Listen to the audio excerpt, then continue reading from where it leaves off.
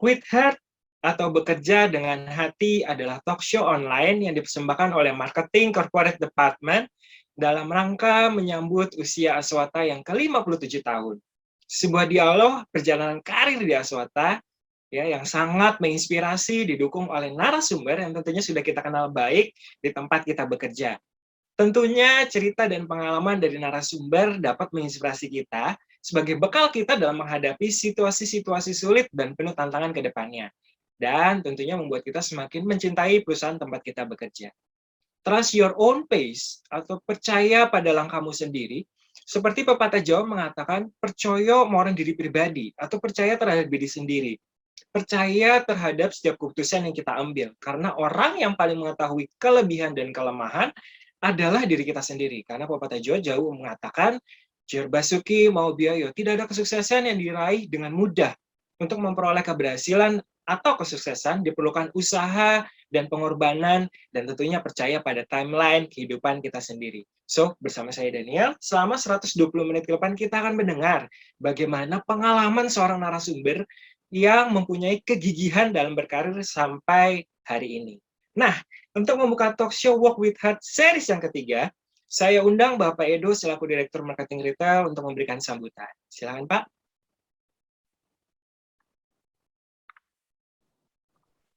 Baik, selamat siang Daniel. Ya, Siap. ada Bu Dewi juga di sini. Mas Anang tentunya sebagai narasumber yang sore hari ini mau berbagi buat kita semua ya. Dan pasti nanti menginspirasi ya dari pengalaman-pengalaman yang ada. Saya juga mau ucapkan selamat sore bagi Bapak Ibu Direksi yang sudah bergabung pada acara talk show sore hari ini. Juga teman-teman di SO maupun RO yang sudah bergabung. Selamat sore, salam sehat, dan salam bahagia buat kita semua. Hari ini adalah talk show yang ketiga dari 7 rangkaian talk show yang digagas oleh Marketing Corporate pada bulan lalu. Dan ini tidak terlepas dari pemikiran Bu Ratnawati sebagai senior kita, yang waktu bulan lalu juga pernah menyampaikan kepada saya, Pak Edo, ini bagus kalau kita di dalam menyambut ulang tahun Aswata yang ke-57, membuat satu acara dari kita untuk kita. Nah, idenya adalah ingin berbagi ya ataupun sharing pengalaman dari orang-orang yang kita anggap sudah mempunyai pengalaman baik di Aswata agar menjadi inspirasi buat kita semua.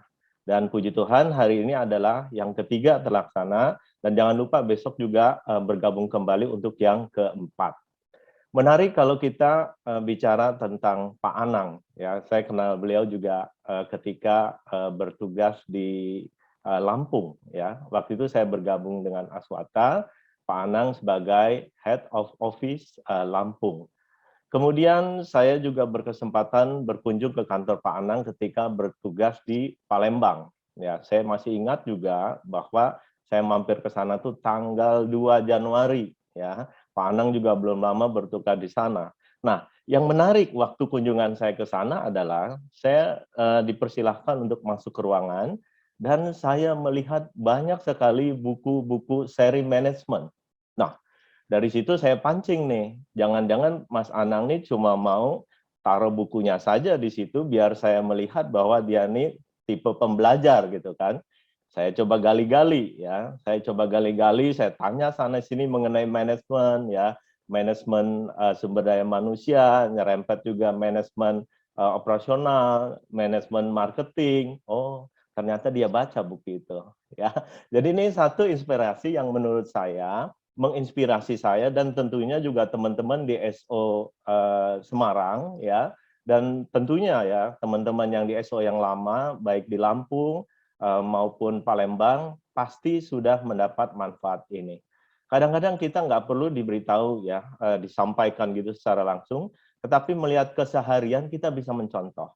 Mudah-mudahan kebiasaan Mas Anang membaca itu juga menjadi contoh yang baik buat teman-teman baik yang ada di Lampung ya, mungkin Padang juga dulu ketika Mas Anang masih bertugas di sana, juga di Palembang dan juga sekarang tentunya di SO Semarang.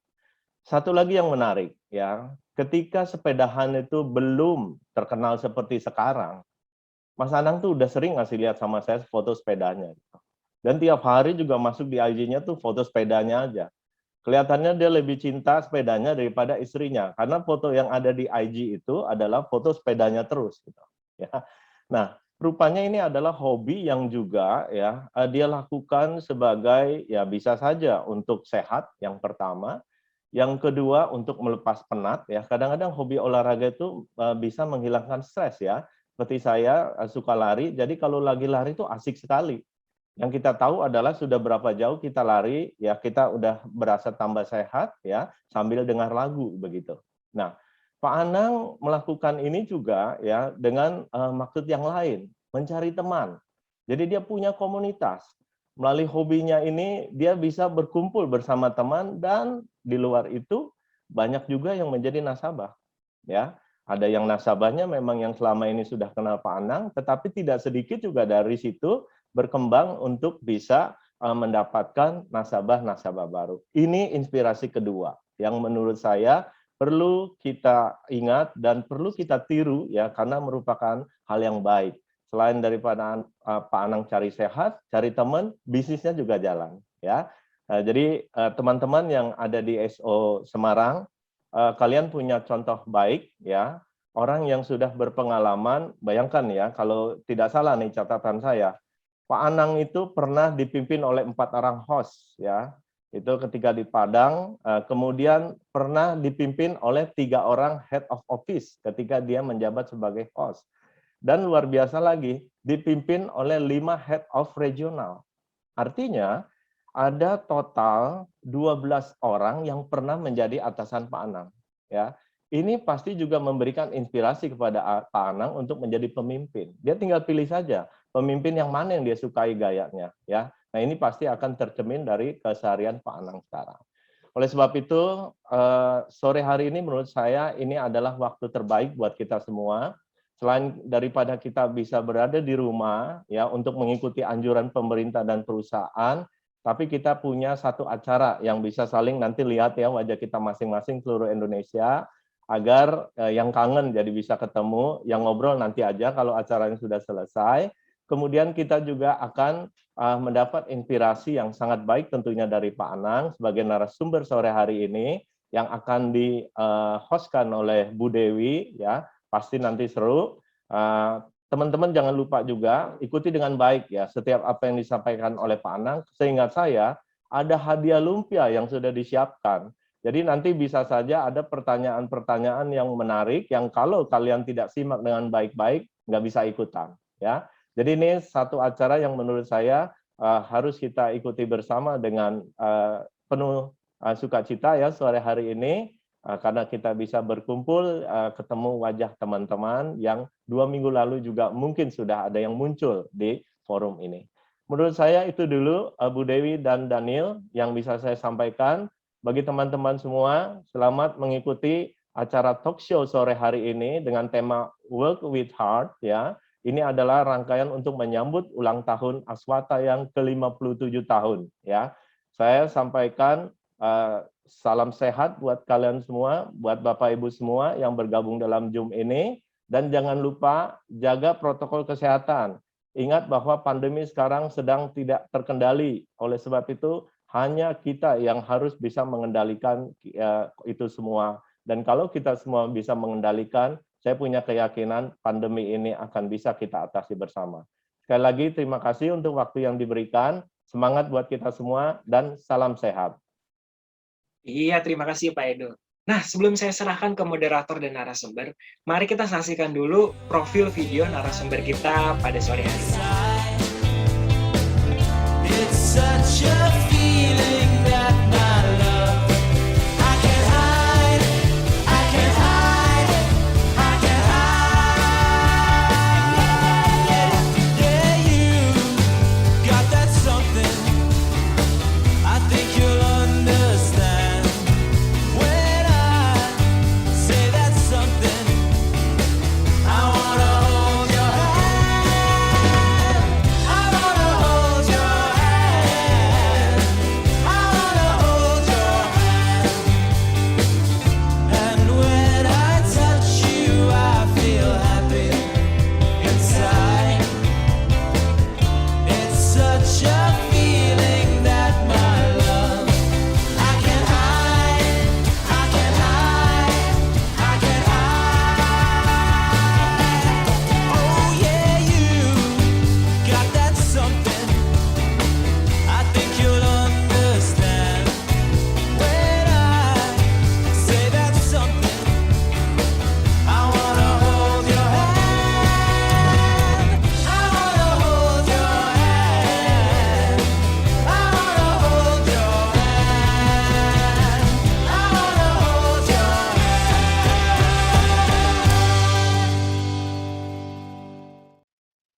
Iya, kita sambut moderator kita, Dewi Setiawati.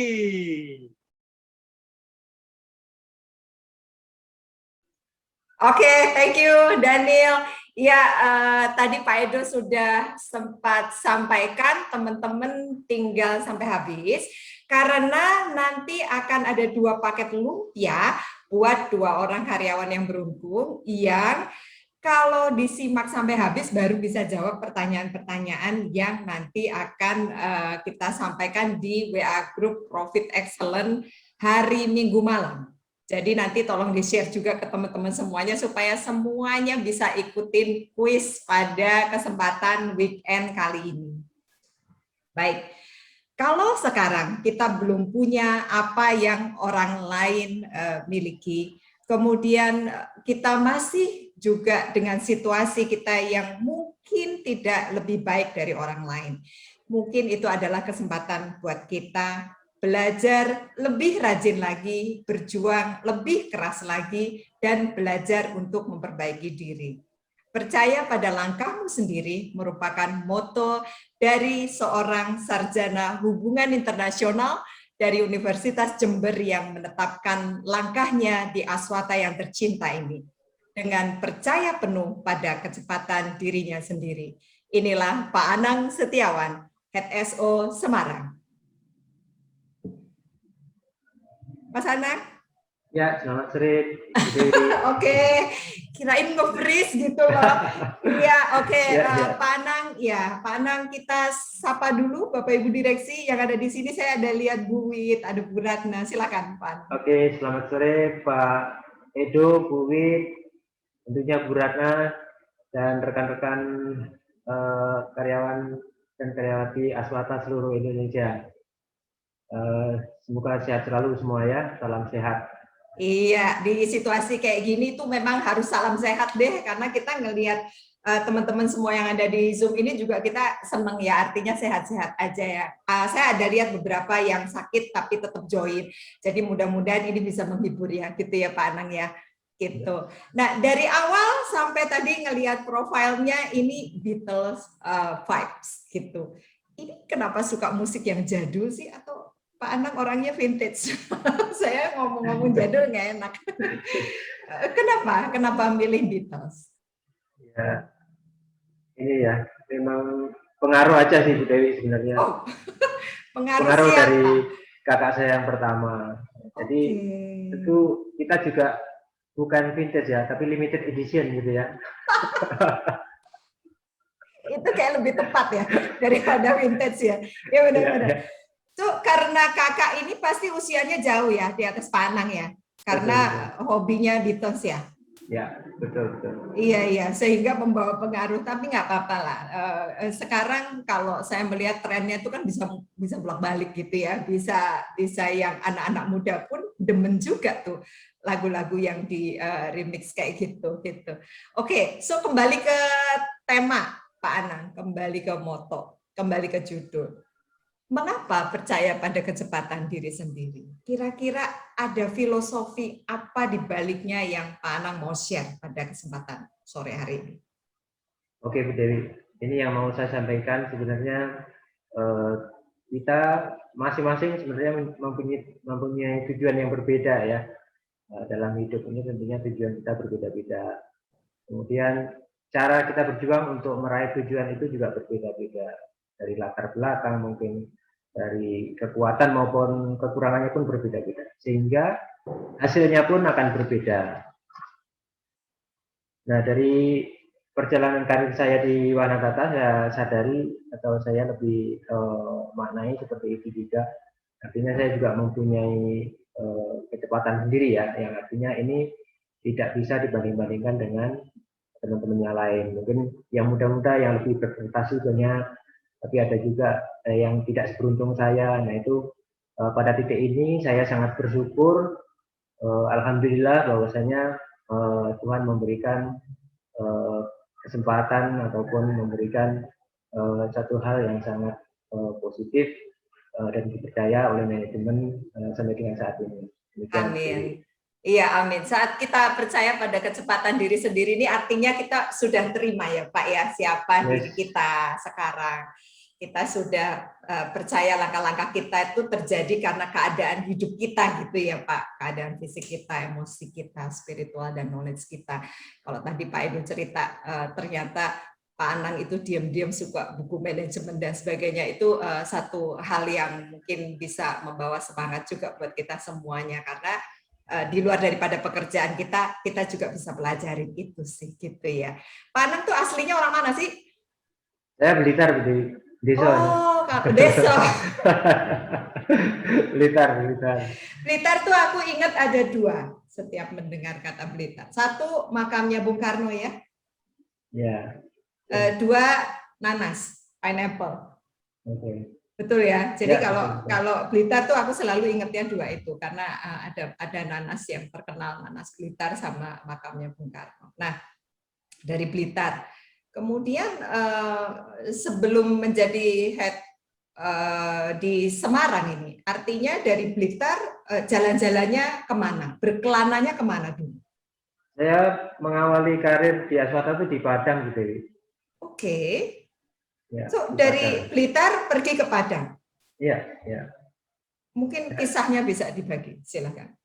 Jadi waktu itu setelah lulus kuliah, saya nyusul kakak saya yang kedua, yang kebetulan sedang dinas di Padang.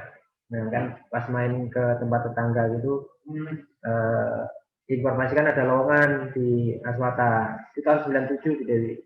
Masih ingat nggak tetangganya namanya siapa? Tetangganya itu Mbak Tuti namanya. Mbak Nah Tuti. itu, nah awas kalau nggak ingat ya, karena Mbak Tuti inilah yang membawamu mengenal Aswata loh Pak. Iya.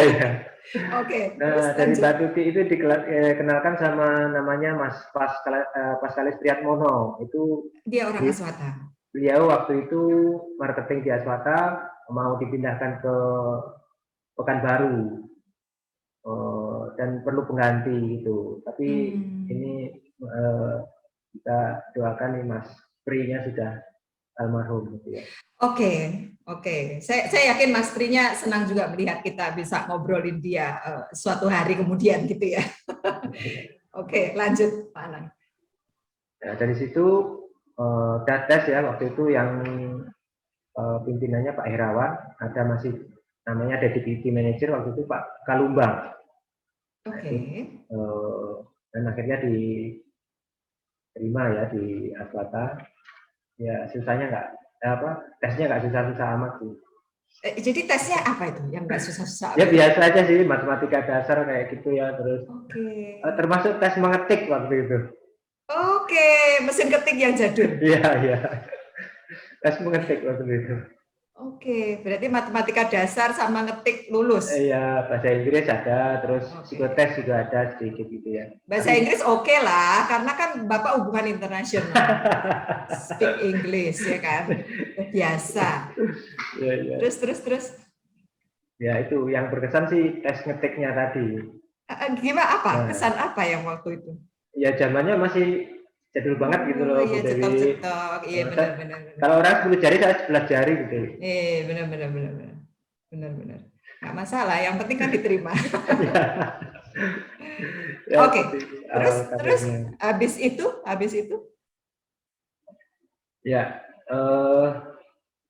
di sana ya saya mengawali karir itu langsung disuruh masuk itu ke keuangan. Oke. Jadi di keuangan itu menggantikan sementara ada teman yang cuti hamil gitu. Itu Nova kalau nggak salah waktu itu yang ya sudah pensiun. Dia udah pensiun sekarang. Nah itu pas cuti hamil.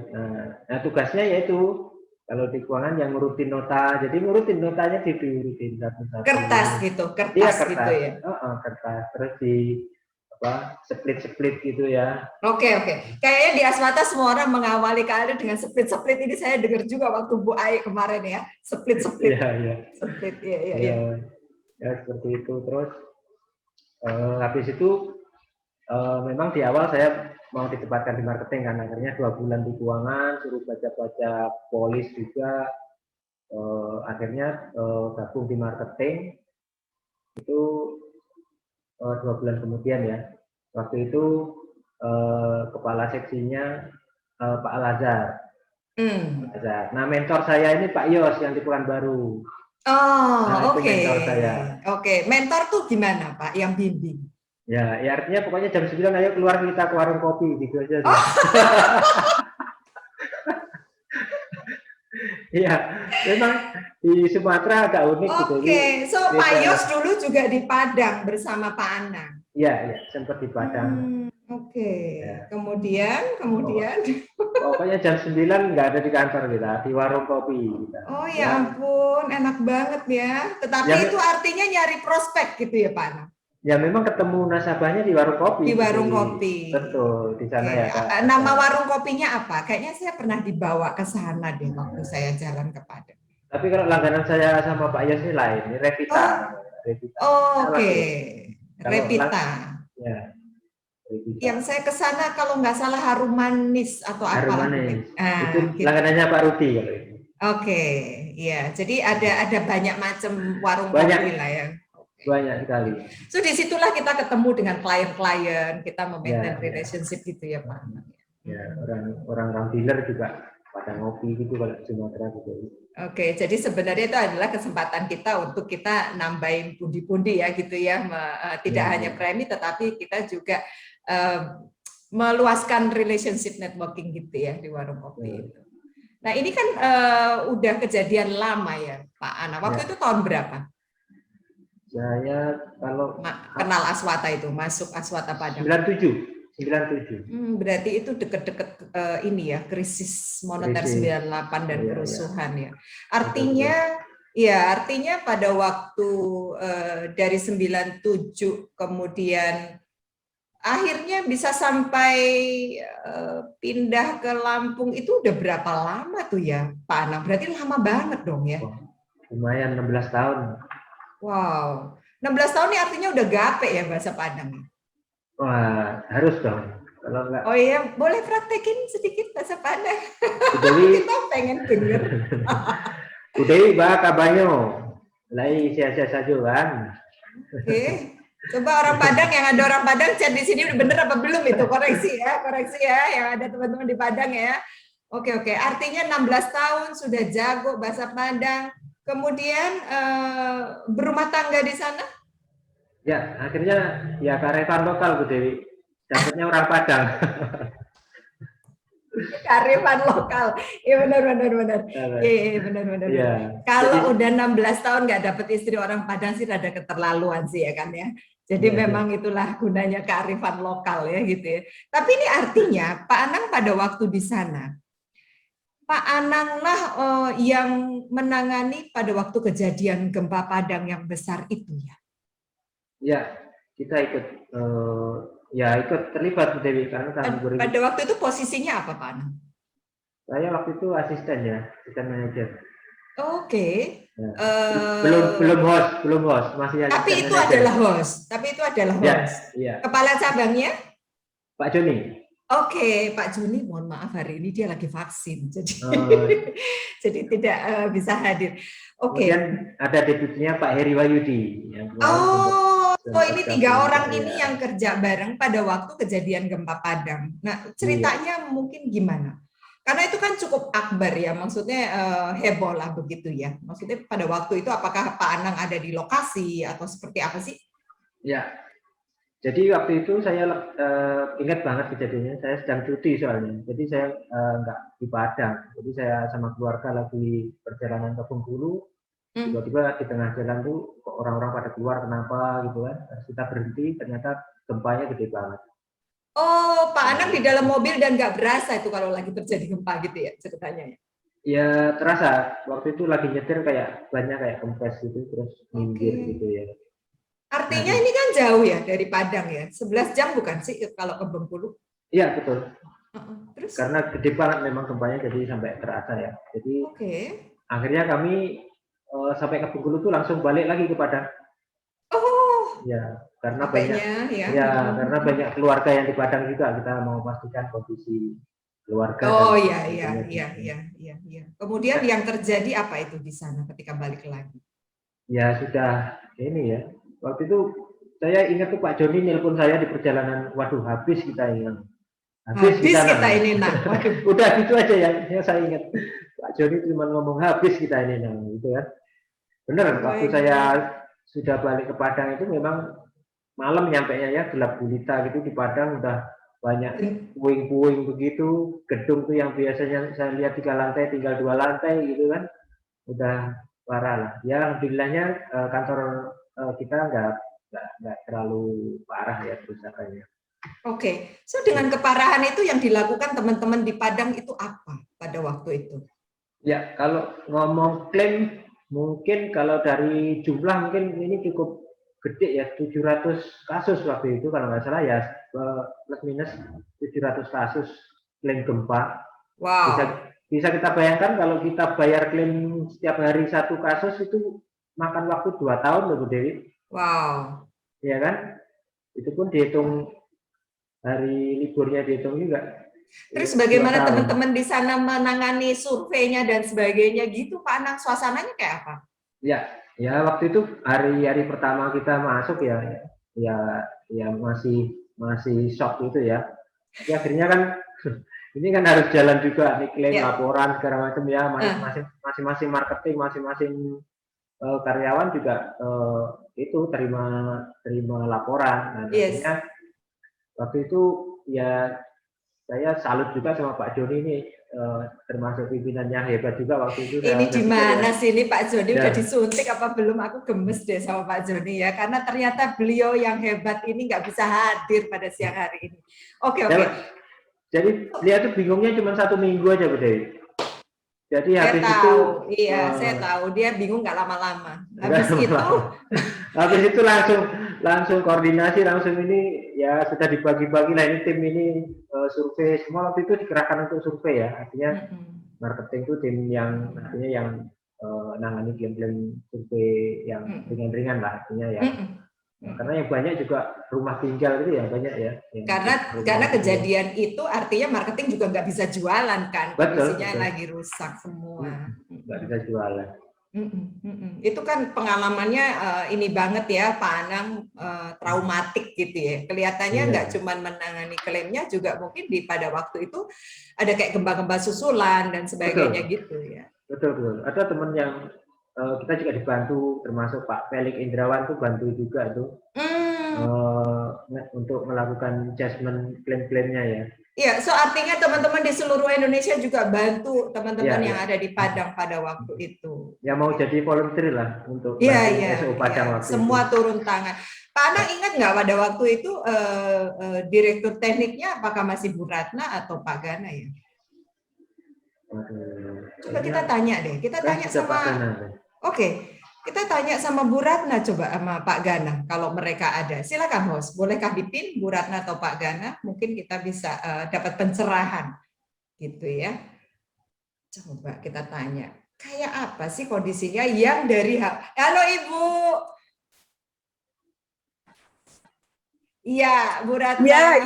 Ya, Bu Dewi. Bu Ratna mohon pencerahan. Jadi inilah saksi hidup yang waktu itu Pak Anang dan Pak Joni, luar biasa kisahnya. Nah, kita pengen tahu kalau yang dari HO itu kayak apa sih Bu waktu itu kejadiannya, mendengar dan menangani ini. Iya. Emang itu kejadian yang membuat syok kita ya. Juga itu yang selalu disampaikan oleh Pak Christian, hadiah pertama Pak Christian menjabat sebagai dirut di Aswata karena kejadian itu kan 30 September 2009. Saya ingat banget. November kan Bu, November Pak Christiannya ke Aswata kalau nggak salah ya. Enggak, September. Oke. Ya, langsung September kado. Saya ingat. Karena pas Pak Christian jadi dirut disambut dengan gempa itu di akhir bulan. Aduh, kita benar-benar juga panik ya. Saya ingat banget tuh sore-sore Pak Joni telepon saya. Telepon tuh sambil putus-putus begitu. Dia bilang, "Bu, saya ini kebanting-banting, Bu. Ini gempa." Itu kantor udah lantai 3 itu udah ubinnya udah merkah-merkah. Dia bilang kacanya jatuh. Dia bilang. Saya jalan ini bisa ketarik-tarik mundur, Pak Joni sampai bilang begitu. Saya tuh sampai deg-degan. Terus gimana yang lain? Selamat sih Bu, tapi ini gempa belum selesai. Masih itu. Nah, itu emang serem kejadian itu ya. Nah, memang tadi yang disampaikan oleh Pak Anang ya, bahwa kita memang banyak mendapat klaim gempa. Ya, banyak banget. Dan memang kita akhirnya BOD memutuskan membantu SO Padang ini, namanya dulu cabang Padang ya, dan kita secara orang-orang klaim dari kantor pusat diterjunkan untuk menangani klaim di Padang. Ada yang tinggal sebulan, 2 bulan. Wow. Saya ingat waktu itu tuh sampai ya Pak Anang ya, bikin tenda ya untuk melayani orang-orang yang klaim itu. Wow. Ya, karena kantornya kita kan juga dalam kondisi kena Rusak juga juga, dan masih rusak. berantakan ya. Itu. Nah, itu tuh kejadiannya. Tapi karena kita dengan sepenuh hati juga membantu nasabah untuk menyelesaikan klaim-klaim itu, diselesaikan di tempat kok dan dalam waktu yang cepat ya. Jadi ya udah, ada orang ini kalau kita beri limit yang di bawah berapa udah langsung kita settle, kita bayar aja. Jadi Nggak semua pakai dibayar. lama. Iya, betul. Nah, udah itu merupakan promosi juga Betul, Bu, betul. cabang Padang kita, Aswata kita terhadap masyarakat Padang. Dan setelah kejadian itu, banyaklah orang Padang nih yang sadar akan hartanya dan sadar bahwa gempa ini bisa terjadi lagi. Mereka semua mengasuransikan asetnya itu dengan gempa bumi. Ya, langsung melek ya Bu, sadar ya, resiko. Itu ya, sadar risiko. Dan memang kalau kita mempunyai niat baik membantu masyarakat, membantu banyak orang ya, dan itu berakibat juga kita juga terima banyak rezeki. Nah, setelah itu Amin. cabang Padang itu produksinya bisa berlipat-lipat tuh. Tanya Pak Joni itu. Wow. Sehingga akhirnya sampai Pak Joni itu promosilah ke Surabaya. Karena produksinya bagus setelah meningkat. itu. Meningkat luar biasa. Iya. Wow. Iya. Dan nama Wahana Tata itu berkibar. Wow. Ya, karena terbuktilah bahwa nggak bohong bahwa Wahana Tata itu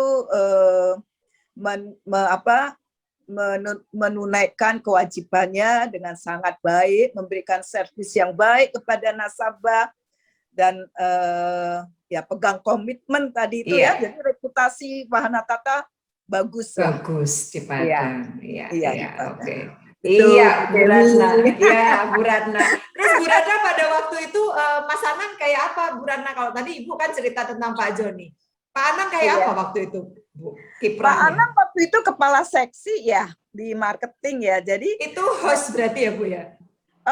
Kayaknya kalau host tuh deputy ya, deputy marketing ya. Oh, berarti ini di atasnya lagi gitu. Di bawahnya. Oh, ya, di bawahnya. Sekarang ya, ini struktur lama ya, struktur lama. Ya. Seperti apa Bu dulu Pak Anang dalam ingatan Ibu? Pak Anang dulu apa ya? Ya orangnya kelihatan energik sih ya, kurus-kurus kecil gitulah yang saya ingat. Sampai sekarang pun juga masih kurus ya. Tapi kelihatan orangnya energik dan helpful. Ya, saya ingatnya itu ya. Karena kan waktu itu sebulan setelah gempa, seingat saya datang ya, sebulan apa 2 bulan. Saya datang ke Padang dan saya waktu itu kita tuh ada training You Are the Best. Saya ingat itu tuh. Nah, dan saya pun nginepnya di hotel yang lantainya hanya nggak tinggi-tinggi karena pada takut kan waktu itu. Oke. Jadi sebulan tapi udah bisa recovery ya kan Bu ya? Kondisinya ya 2 bulanan ya. Yang langsung datang saat itu tuh Pak Christian. Pak Christian ceritanya kan serem. Aduh Bu, itu bisa ada bangunan sebelahnya berdiri tapi sebelahnya lagi runtuh. Rata. Ya, itu tuh ngeri emang. Iya. Ngeri. Iya, tapi paling enggak hari ini kita jadi bisa cerita ya Bu Ratna. Iya. Jadi memang kita amit-amit jangan ada lagi, tetapi Iya, mungkin momen jangan itu. ada lagi. Betul. Jadi kalau kita lihat bahwa momen kesusahan itu justru malah bisa bikin brand kita naik gitu. Betul. Jadi tentu saja kita dalam setiap kesulitan kita harus tetap ambil positifnya ya Bu, karena memang kita bahkan bisa bangkit dari keterpurukannya itu lebih berlipat lagi karena kejadian itu. Gitu. Iya. Okay. Karena tadi itu ya kita apa ya, komitmen kita kan untuk menyelesaikan tanggung jawab kita itu kan kita penuhi. Iya. Oke. Iya, thank you Bu Ratna, terima kasih. Terima kasih. Iya, terima kasih Mas Anang, Pak Anang. Tadi diceritakan kearifan lokal, ketemu istri dan berumah tangga di Padang, gitu ya. Tadi kita cerita gempa, kita cerita yang lucu-lucu sekarang. Pak Anang pernah mimpi nggak sih hijrah ke berbagai kota di Indonesia? Karena kalau dari Padang yang 16 tahun, artinya sekarang sudah ke Palembang, ke Lampung, Palembang, kemudian ke Semarang. Pernah mengidamkan itu nggak sih pada waktu dulu masih di Padang? Ya, saya kan, saya pengen pindah ke Jawa gitu kan, karena saya juga orang Jawa, tapi level staff waktu itu kayaknya nggak memungkinkan. Jadi sampai 16 tahun itu saya sudah, artinya ini ya, sudah wah ini saya jadi orang Padang beneran gitu kan. Oke. Sebenarnya kepengen, tetapi melihat level, melihat situasi, mending aku diem aja deh gitu kali ya Mas Anang. Iya begitu. Oke. Ya, artinya ketika kemudian sudah settle 16 tahun lalu hijrah ke Lampung. Seperti apa kesusahan yang dihadapi? Karena ini kan udah lama loh, udah gitu di sana juga memang ini benar-benar promosi pertama kan ya ke Lampung. Iya. Jadi 16 tahun di Padang itu saya juga dapat itu ya, ilmu yang sangat penting. Itu nomor satu untuk bisnis, yaitu komitmen tadi seperti yang diceritakan Bu Ratna. Ibu. Dengan Wanatata komit untuk membayar klaim-klaim gempa itu mendatangkan rezeki di lain sisi ya. Meskipun keuangan perusahaan waktu itu juga sudah berat juga. Oke. Klaimnya cukup gede, 350 M ya. Iya, itu Padang ya waktu itu. Kemudian yang nomor 2 itu saya dapat juga kearifan lokal juga mengenai kepemimpinan dari kepemimpinan. Nah, jadi kalau di Padang itu pemimpin itu namanya pemimpin itu kok didulukan selangkah, kok dinaikkan serantiang. Nah, itu artinya kalau didulukan pemimpin itu cuma satu langkah. Jadi kalaupun ditinggikan cuma seranting. Jadi artinya nggak tinggi-tinggi amat gitu, juga nggak di depan-depan amat. Gitu. Oke. Coba aku diajarin Pak Anang.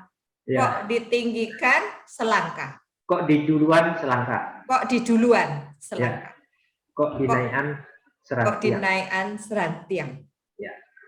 Dalam banget loh teman-teman, artinya ini pemimpin itu ya nggak langit-langit amat sih gitu ya. Betul, sangat ya, artinya saya melihat ini karena melayani gitu ya. Ya, satu filosofi yang kita nggak perlu inilah ya sama Tuhan atau teman-teman tuh nggak usah terlalu jauh-jauh, artinya ya di situ saya di semua cabang juga berusaha dekat lah sama teman-teman gitu ya. Oke. Nah ini yang dibawa setiap berpindah gitu.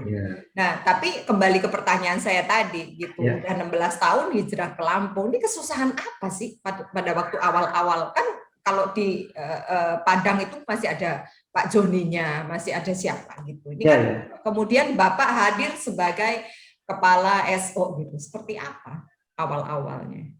Ya, stres juga Bu Dewi. Stres pasti kalau pindah pertama kali. Buka-bukaan ya kan ya. Iya. Stresnya ya nyari rumah, nyari sekolah anak, ya gitu repot-repotnya ini yang urusan. Artinya seluruh keluarga dibawa juga. Saya bawa. Saya selalu bawa. Terus kemudian kalau di kerjaan ya kita ada hal yang sangat signifikan itu biasanya kita kan ngambil keputusan itu ya masih ada pimpinan ya, ada Pak Joni atau Pak Heri di belakang saya. Nah, ini kalau kita di Lampung tentunya ada hal khusus yang harus kita putuskan. Belakang kita udah tembok ini kan. Mau nggak mau, ya Mau nggak mau harus diputuskan. harus di depan karena Iya. Andalah pemimpin ya gitu ya kan. Betul. Jadi kita belajar untuk memutuskan satu permasalahan, meskipun itu juga mengandung konsekuensi, bisa positif juga bisa negatif. Ya. Tapi ya kita harus lakukan itu ya karena itulah guna manajemen naruh kita di satu cabang ya, artinya tidak Betul. semua hal itu harus diputuskan di atas kan, harus melalui filter ya, artinya bisa diputuskan di cabang, diputuskan di cabang. Iya, kalau semua ke atas puyeng ya kan ya, itulah gunanya kita ada di posisi itu. Wow. Nah, kalau dalam memimpin SO baru nih, Pak Anang, pembaharuan apa sih yang awal sekali yang dibawa sebagai prioritas utama? Kalau Pak Anang ya, kita pengen tahu kiat-kiatnya. Ya. Kalau saya sih ini ya lebih melihat kondisi dulu, internal seperti apa, eksternal seperti apa, terus ya apa yang sudah dilakukan oleh pemimpin yang lama yang baik ya kita teruskan, apa yang perlu kita improve, waktunya dari internal sama eksternal ini mana sih yang harus lebih mendapatkan perhatian gitu kan. Khusus. Ya kan belum tentu kalau kenapa sih susah nyari produksi, belum tentu marketingnya nggak jalan, bisa jadi layanannya kurang bagus ya, kayak gitulah contohnya Bu Dewi. Oke. Kalau saya sih lebih memprioritaskan untuk tim ya, tim yang solid, artinya dengan kita mendekat ke tim itu ya biasanya ide-ide ataupun gagasan-gagasan yang bagus itu juga bisa datang dari tim, nggak harus dari kita saja gitu kan. Oke. Nah kemudian ya sebenarnya kalau sudah begitu ya kita sebenarnya bukan kita yang membawa perubahan sih, ya timnya itu mau berubah apa enggak sih sebenarnya gitu. Iya. Karena sekeras apapun sebagai pimpinan kemudian minta supaya berubah, tapi kalau mereka tidak berubah. Tetapi kalau dibilang begitu, harusnya kiprahnya pemimpin tetap harus ada dong Pak Anang. Berubah atau tidaknya kan tetap harus pemimpin yang di garda depan. Betul. Anang? Ya memang harus itu kita ya seperti kita memonitor itu kan kayak nyapu gitu ya gitu. Kalau nyapu kan kita harus tiap hari, jadi ya monitoring terhadap apa yang dilakukan oleh teman-teman sesuai sama arahan apa enggak. Artinya memang kita yang memang berperan penuh gitu ya kalau di dalam tim ini, meskipun kita juga belajar juga dengan mereka. Ya tentunya partisipasi ya, artinya partisipasi itu juga hal yang sangat penting. Kita menumbuhkan partisipasi dari tim itu juga nggak gampang gitu kan, harus ada kepercayaan dari mereka juga. Tapi kalau misalnya dalam kondisi mentok, ya kadang-kadang ini kan kita ketemu kondisi yang mentok Pak, mentok Bu gitu. Kalau Pak Anang tuh filosofi mentoknya apa yang diyakini? Ya sebelum ke situ kita ini ya artinya ya termasuk di awal-awal pasti ada inilah ya suatu permasalahan yang disampaikan dari bawah dari karyawan ya kita harus dengarkan, artinya mendengarkan masukan, mendengarkan keluhan yang itu kan memang repot juga, tapi pusing juga, tapi kan di situ kita harus pahami bahwasanya kita ini gajinya paling gede di situ, jadi harus mau pusing gitu kan. Yes. Harus mau pusing. Iya benar. Ya. Saya tertarik deh dengan ini menarik banget. Kita gajinya paling gede di situ, sehingga kitalah yang harusnya pusing gitu, bukan anak buah kita gitu ya. Betul. Artinya ya bukan menarik. Semua masalah akan diselesaikan juga. Ke kepala SO tidak, tetapi paling enggak ikut. Harus tahu permasalahan, harus memberikan solusi juga ya untuk satu case gitu. So artinya kalau ada yang bicara mentok, Bapak bisa membalikkan istilah itu menjadi lebih baik gitu ya.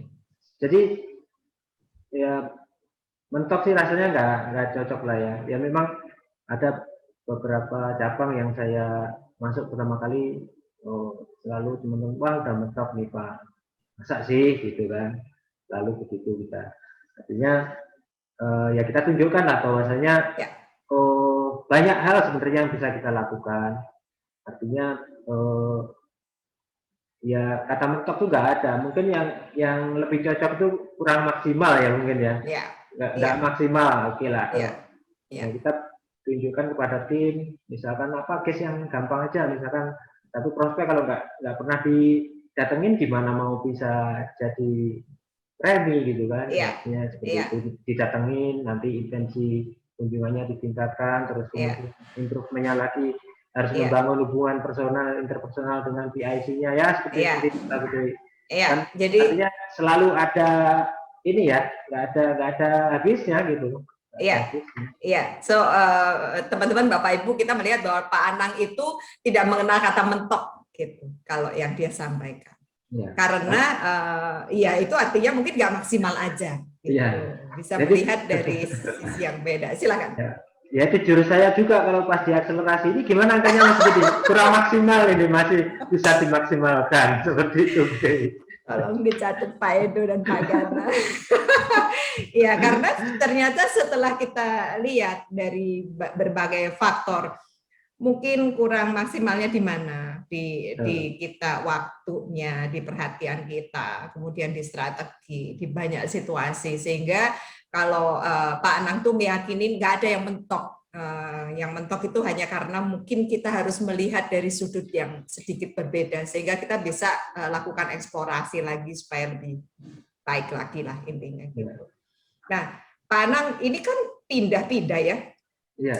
Dari promosi ke Lampung, kemudian ke Palembang, kemudian ke Semarang gitu. Dan itu kelihatannya nggak lama dalam waktu 2-3 tahun, 4 tahun gitu.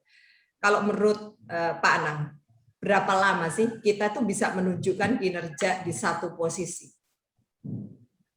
Ya, kalau menurut saya sih kinerja itu ya sebenarnya mungkin dari tahun pertama sudah bisa kelihatan ya, tapi biasanya kan di sini kalau kita 1 tahun tuh belum bisa memperlihatkan kinerja yang bagus, mungkin manajemen masih memberi waktu ya. Memang tahun kedua lah Bu Dewi itu pembuktian ya, bukan pembuktian ya mungkin seperti itulah. Tahun kedua ya itu masih kelihatan kok apa yang kita lakukan itu running well apa enggak gitu ya. Kalau menurut saya gitu, karena kalau di tahun pertama masih banyak penyesuaian segala macam gitu ya. Oke, artinya setelah 2 tahun mungkin kita sendiri juga berasa gitu ya Pak Anang? Setelah 2 tahun, ya menurut saya 2 tahun itu ideal banget gitu ya. Artinya kalaupun kerjaan itu juga lagi udah kelihatan ini ya, udah kelihatan hasilnya lah. Iya, jadi ini biar buat semangat juga buat teman-teman Bapak Ibu yang mungkin ada di posisi baru gitu. Jadi mungkin dalam 2 tahun itulah ceritanya ujian dimulai gitu ya Pak Anang ya, sehingga kita bisa menunjukkan kinerjanya. Kita sendiri juga berasa gitu. Jadi artinya kalau Pak Anang bilang mungkin setahun masih belum ya, tahun kedua kudu gitu kan evaluasi dan punya strategi yang baik gitu. Karena kan kalau contohlah kita pada saat tracker gitu ya, dari tahun ke tahun kan kita nggak mau strateginya sama gitu.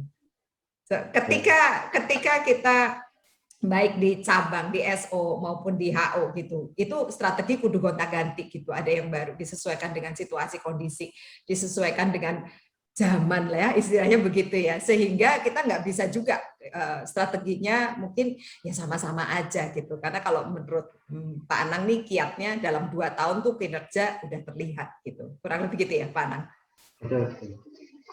Oke, nah kalau tadi kita bicara Lampung, timnya mungkin pertama dirangkul dulu supaya kalau kita mau lari timnya juga harus ngikut gitu kan ya gitu. Nah kalau kita cerita soal Palembang, apakah sama atau punya kesulitan yang berbeda Palembang ini?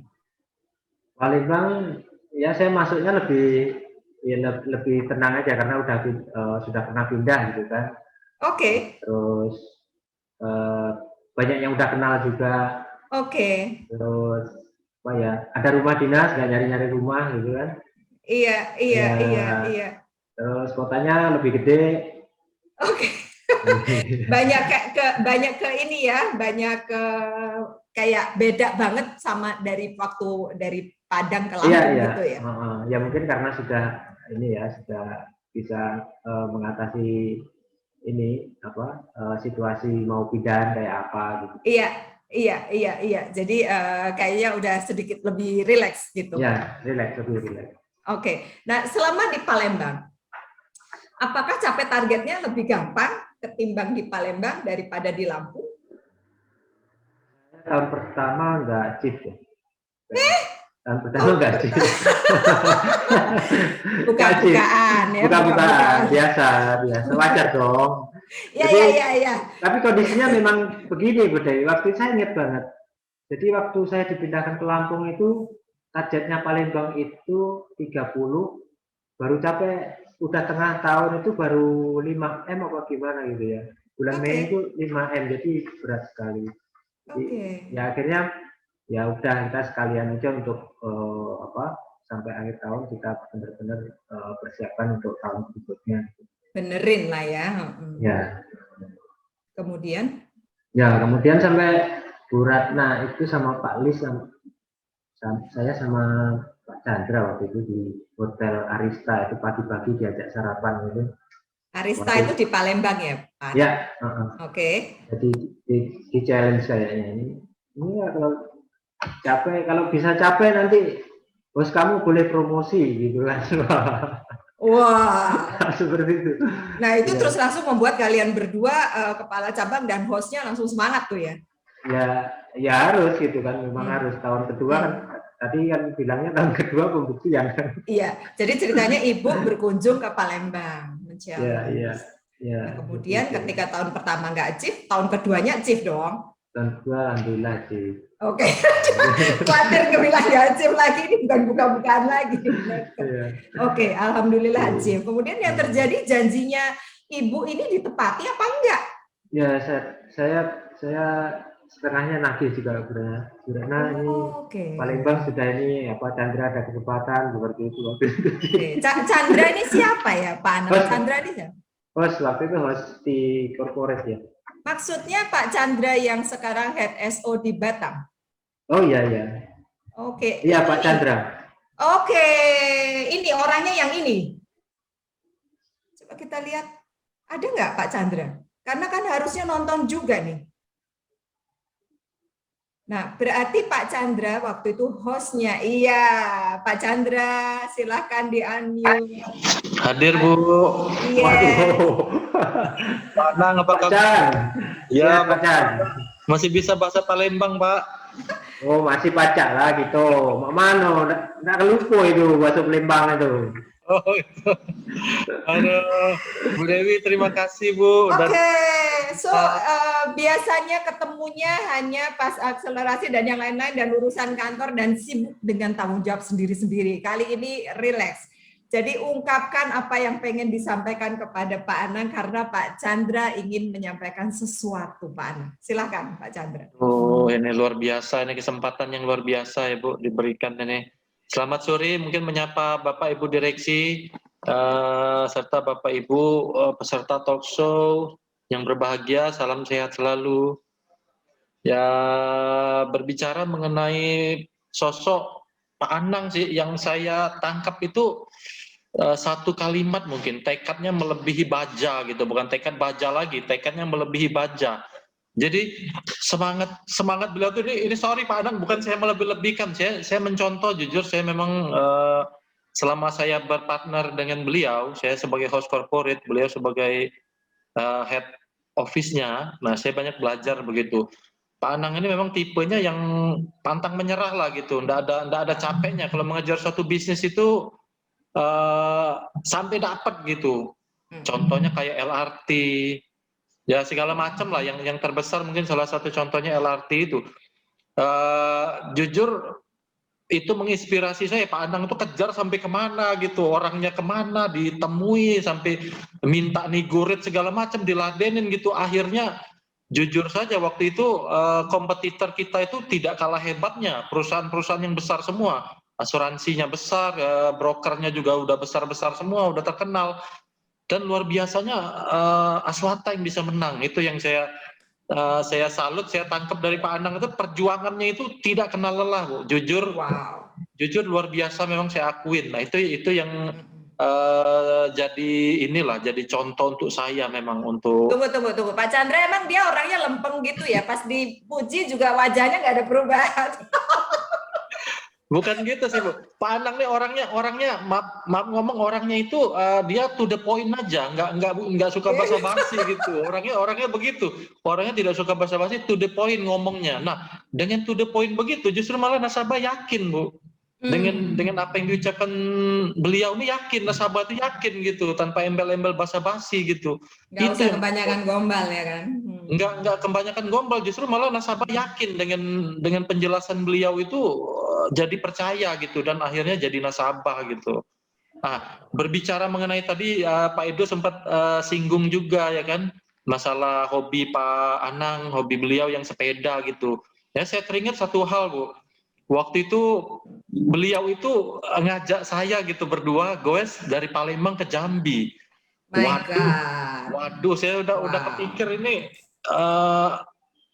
alangkah beratnya medan yang saya akan lewatin gitu kan, mulai dari jarak tempuhnya saja. Mau nolak ada itu bosnya kagak enak ya kan, buka-bukaan. Sekarang Pak Anang buka-bukaan ya Pak, mohon maaf ya. Jadi saya kepikir waktu itu, Bu. Sebenarnya kamu lelah hayati. Terus. Betul, jaraknya aja.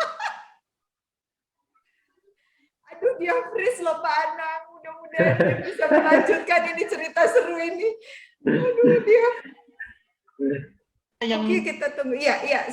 Diulang. Kamu tadi rada freeze, diulang lagi. Gitu. Diulang. Jadi di pikiran saya itu ngebayangin, Bu, pertama jaraknya udah 300 km lebih dari Palembang ke Jambi itu. Belum lagi medannya, di sana kan sebagian besar hutan semua, hutan sawit, hutan karet gitu. Saya bisa ngebayangin, aduh ini kalau saya ikut bisa masuk ICU saya setengah perjalanan, masuk rumah sakit saya kalau begini kan. Sibuklah saya cari alasan apa gitu. Aduh, alasan saya apa gitu kan.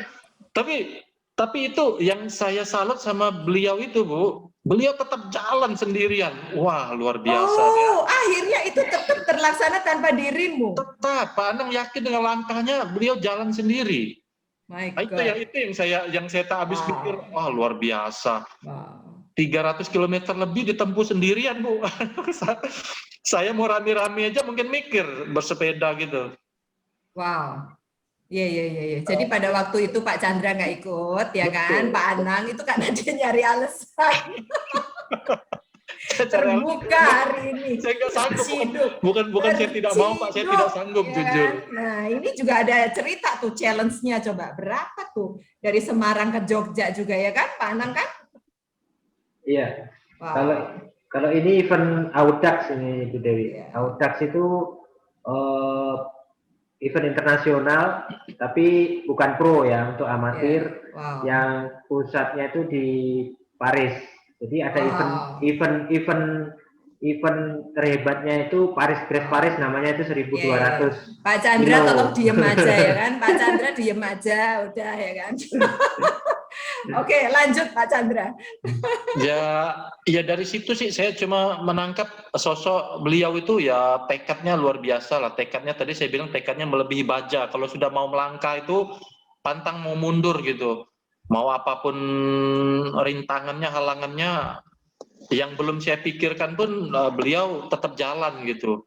Nah sementara saya ya mohon maaf lah Pak, saya cari-cari alasan untuk menghindar, bukan apa, memang saya belum mampu waktu itu, jujur lah. Sampai sekarang pun mungkin kalau diajak sampai ratusan kilo begitu pun juga teler juga Pak. Tolong kamu perhatikan wajahnya Pak Anang itu loh. Baru kebuka sekarang ya Bu. Dia menatap kamu juga flat aja. Oke. So Pak Chandra ingin mengucapkan terima kasih atas inspirasi yang diberikan Pak Anang. Silakan. Iya, harapan dan doa saya untuk Pak Anang dan keluarga tetap sehat terus ya Pak. makin sukses. Amin. Tetap yakin dengan langkah yang Bapak tempuh itu, tetap yakin saya Pak, yakin Bapak bisa lah. Bapak menginspirasi banyak teman-teman di Aswata, termasuk saya Pak. Perjuangan Bapak itu, Pak Anang tuh berjuang sampai titik darah penghabisan lah, tanpa harus melihat orang tahu yang Bapak kerjakan gitu. Itu yang saya lihat juga satu. Tidak perlu orang tahu, tapi Bapak kerjanya udah inilah. Saya sebagai partner dalam kurang lebih 3 tahun satu tim dengan Pak Anang ini, kami kadang saling mengisi, mungkin di mana posisi atau nasabah yang mungkin kurang cocok sama beliau, saya yang isi. Yang kurang cocok sama saya, ya Pak Anang yang isi gitu. Kadang kita pun sama-sama jalan bareng gitu untuk tembus, untuk cari satu prospek gitu. Kita jalan bareng gitu. Itu yang banyak menginspirasi saya, Bu Dewi, teman-teman semua. Iya, oke. So, terima kasih Pak Chandra, Head SO Batam, pada kesempatan siang hari ini. Kita juga senang melihat sosok yang lain dari Pak Anang, dari cerita Bapak. Terima kasih, thank you Pak Chandra. Ya, terima kasih Pak Anang, semua Bapak Ibu. Iya, lucu ya dia ya.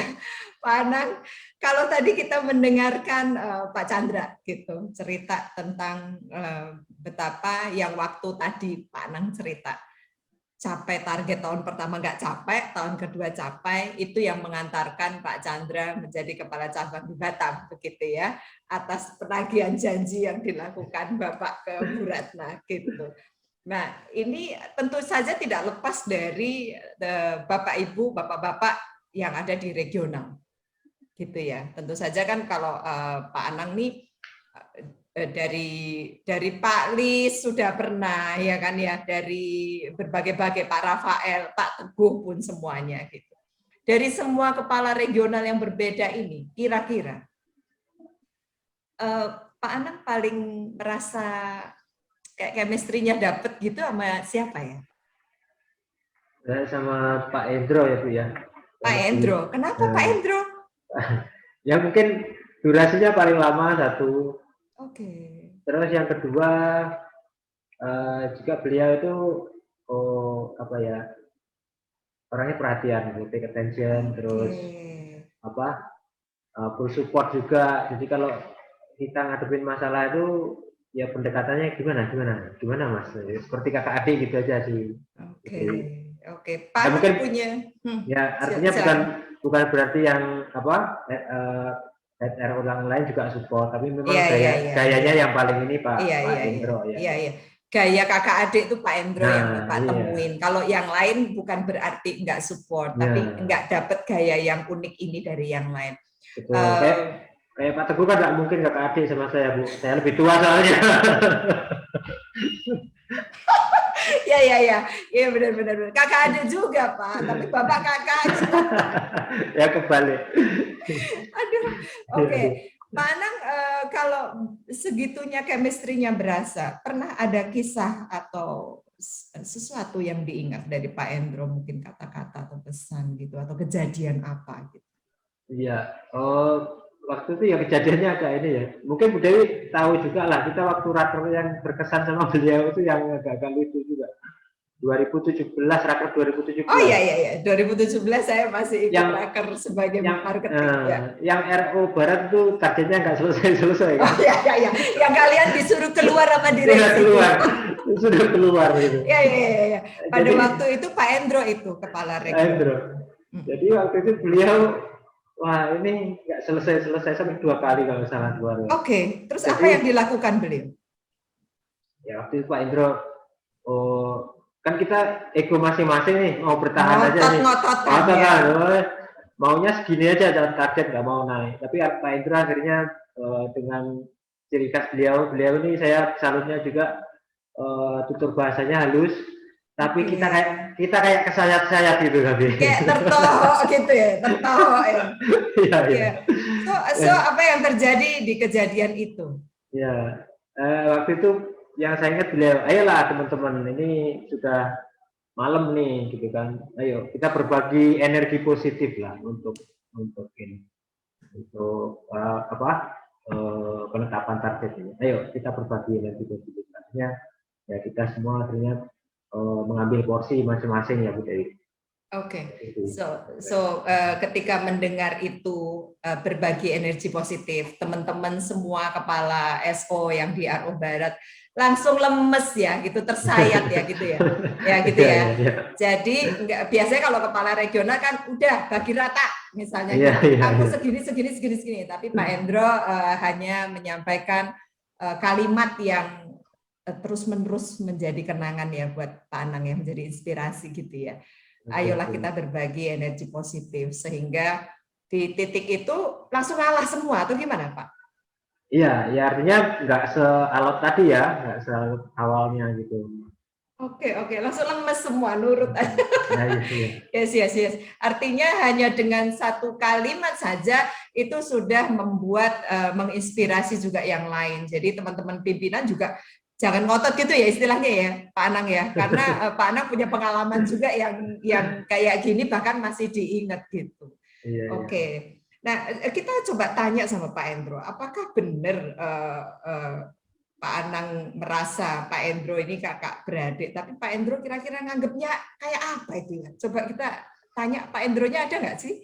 Nah itu dia. Itu dia. Dia lagi nyetir. Lagi nyetir. Pak Endro sebentar atau menepi dulu kah? Masih mute dia. Iya, selamat siang Pak Endro. Ya, kelihatannya jaringannya enggak. Ya. Oke. Pak Endro, selamat siang. Pak Endro sudah menjadi inspirasi yang luar biasa dalam berbagi energi positif yang sangat diingat sama Pak Anang sampai hari ini. Pak Endro, mungkin ada yang ingin disampaikan? Silakan Pak Endro. Aduh, ini saya masih di dalam mobil, mohon maaf. Bu Dewi sama Pak Anang. Ya, apa ya? Saya terharu sekali, terharu banget gitu. Saya sendiri tidak menyangka bahwa akhirnya bisa dianggap sebagai seorang kakak gitu. Pada umumnya kan kita merasa dianggap sebagai atasan doang gitu. Tapi saya senang bahwa akhirnya ya kena karena relasi itu kalau dianggap sebagai kerja atasan bawahan kayaknya kurang pas. Tapi banyak sekali dari kita yang merasa bahwa justru Wahana Tata itu oke banget kekeluargaannya. Bahwa ada hubungan atasan bawahan, iya, memang betul begitu. Tetapi terasa sebagai kakak dan adik itu luar biasa banget. Luar biasa banget. Mas Anang, terima kasih banget ini. Berbagi energi positifnya. Ya. Saya sendiri saya dibesarkan tentu dengan tradisi Jawa. Dan kalau orang Jawa itu manggil yang muda juga kadang-kadang Mas, kayak saya manggilnya Mas. Kenapa? Karena tidak berarti Kang Mas tapi Adi Mas gitu. Adi Mas, jadi ya adik gitu, adik yang Mas. Dari tutur kata itu sebetulnya adik pun adalah sesuatu yang berharga. Ya saya ingat betul itu momen itu. Dan kerja sampai jam 2 pagi kalau nggak salah untuk menyusun ulang. Luar biasa, gila juga itu waktu itu. Luar biasa. Ya, artinya yang sesuatu yang pada waktu itu sungguh melelahkan, sungguh bikin stres, ternyata itu kenangan yang luar biasa untuk menginspirasi kita semua ya Pak Endro dan Pak Anang. Iya. Dan bahasanya Mas Anang tadi itu, nyayat itu mungkin boleh dibilang saya ini kalau ngomong kayak ngiris bawang gitu, ngiris tipis-tipis gitu. Ngiris tipis-tipis gitu. Keseringan ngiris jadi air matanya keluar juga ya.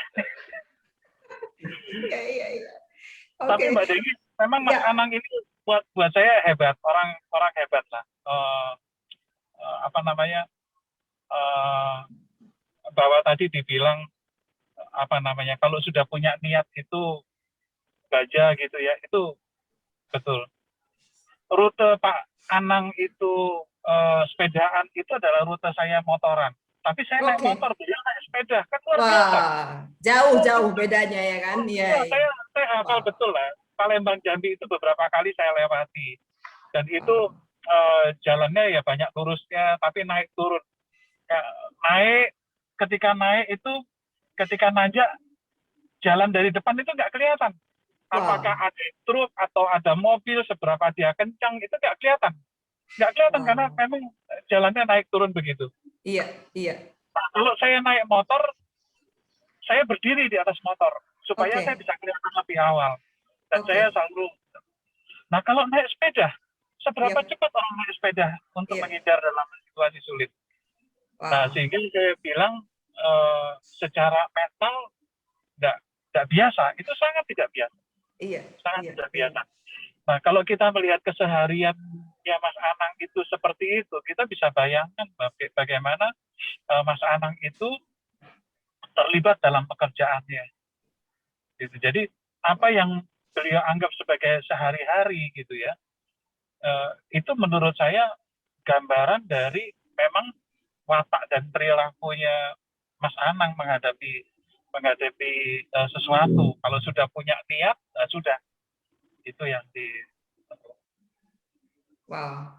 Memang luar biasa banget ya Pak Endro. Kalau tadi dengar ceritanya aja sampai Pak Chandra itu cari alasan buat ngeles. Iya, betul sih, betul. Ya, Karena ya, 300 kilo itu kalau ditempuh dalam 2 hari pun 150. Seandainya saya sekarang ikut dengan beliau, saya pakai e-bike, saya setidak-tidaknya harus punya dua spare baterai di sepeda saya gitu. Iya. Jadi itu sama sekali nggak mudah lah, sama sekali nggak mudah. Justru di situ kelihatan bahwa hal yang sulit sekali bagi orang lain itu dianggap sebagai hal yang harus ditaklukkan gitu. Jadi itu. Iya. Pak Endro mungkin ada pesan-pesan buat teman-teman yang lain melihat cerita Pak Anang ini. Bapak Ibu direksi dan kawan-kawan sekalian, juga Pak Anang, ya Bu Dewi, ada Pak Chandra juga, dan semua kawan yang lain. Saya kira sih Waratata ini adalah perusahaan yang baik ya, perusahaan yang baik bagi kita untuk berkarier di mana saja selama masih di Indonesia. Bagi teman-teman yang berada di Sumatera atau wilayah Indonesia bagian barat, jangan dipikir bahwa kalau ke Indonesia Timur itu sebagai sesuatu yang, wah saya dikirim ke Timur loh gitu, terus mengerikan gitu. Oh tidak, sama sekali tidak. Kalau teman-teman pergi di seluruh pantai di Sumatera, tidak ada pantai yang sebersih di Sulawesi, begitu. Nah sebaliknya juga demikian. Bagi teman-teman yang pada saat sekarang masih ada di Sulawesi, jangan dikira kalau pergi ke Sumatera itu teman-teman tidak mendapatkan pengalaman yang hebat. Hebat juga. Bahwa dari yang barat mau ditempatkan di Jawa terus merasa takut, aduh saya takut, apalagi saya masuk di Jakarta. Nggak perlu. Saya pernah ditempatkan di Pontianak, saya pernah ke Manado, saya pernah ke Ternate, ke Tobelo, di Halmahera, saya ke Gorontalo. Kalau masih ada Pak Yasin di sini, ada Esi, mereka tahu bahwa sebulan sekali juga kami pergi dari Manado ke Gorontalo. Dan itu juga jalan darat seperti sekarang saya nyetir gitu. Apa mobilnya hebat? Tidak juga. Kami pakai Xenia 1000 untuk menempuh jarak 900-an kilo satu kali jalan. Saya mau katakan apa yang dilakukan oleh Mas Anang dengan bersepeda, itu adalah bagian dari hobi. Mari kita jadikan pekerjaan kita ini sebagai sesuatu yang menyenangkan. Sama seperti kita melakukan hobi-hobi kita. Wow. Kalau itu kita lakukan dengan gembira, nggak ada yang terasa sulit. Bahwa sulit itu ada sesuatu yang kita alami.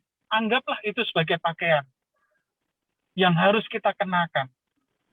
Maksud kesulitan yang harus kita kenakan itu kemudian kita sobek-sobek, kita cabik-cabik karena kita merasa, saya nggak nyaman dengan kesulitan ini. Tidak. Karena ketika kita mengenakan pakaian sebagai kesulitan itu, gitu ya, kita kenakan, kita paskan, gitu ya. Pada suatu titik kita akan merasa terbiasa dengan kesulitan itu. Bagi saya yang tidak biasa bersepeda, bayangkan 151 hari atau 300 kilo yang harus saya tempuh, luar biasa. Bagi Pak Anang, enggak, itu biasa. Mungkin bagi teman-teman naik motor 850-an kilo dalam satu hari, menyulitkan begitu ya. Terus gimana nanti masuk angin? Saya nggak pernah masuk angin naik motor segitu, tahunya nggak pernah masuk angin juga.